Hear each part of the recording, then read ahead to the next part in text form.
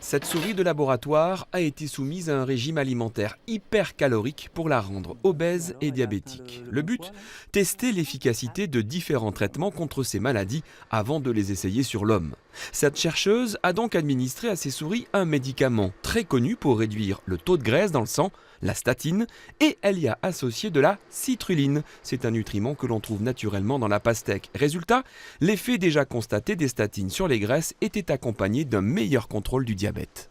Chez les patients diabétiques de type 2, on les place sous statine de façon quasi systématique pour prévenir le risque cardiovasculaire.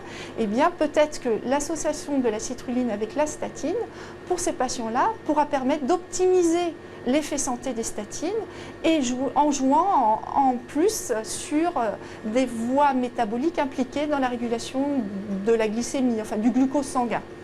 Si cette découverte sort des éprouvettes pour être testée sur l'homme, elle le sera au Centre de recherche sur la nutrition humaine. Ici, c'est donc l'homme qui sert de cobaye pour expérimenter les nouveaux traitements ou l'effet de certains aliments sur le métabolisme afin justement de soigner le diabète et l'obésité.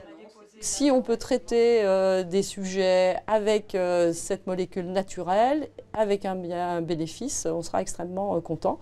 Mais bien sûr, nous on est là pour s'assurer que ce qu'elle a trouvé chez l'animal peut être retrouvé chez l'homme, ce qui n'est malheureusement pas toujours le cas parce que la souris c'est un modèle, mais c'est quand même loin de l'être humain. Car pour passer du test sur la souris à l'homme, cela coûte cher, pour ce cas environ 400 000 €. La présentation de ces recherches à Biovision permettra peut-être à cette scientifique de trouver un partenaire financier.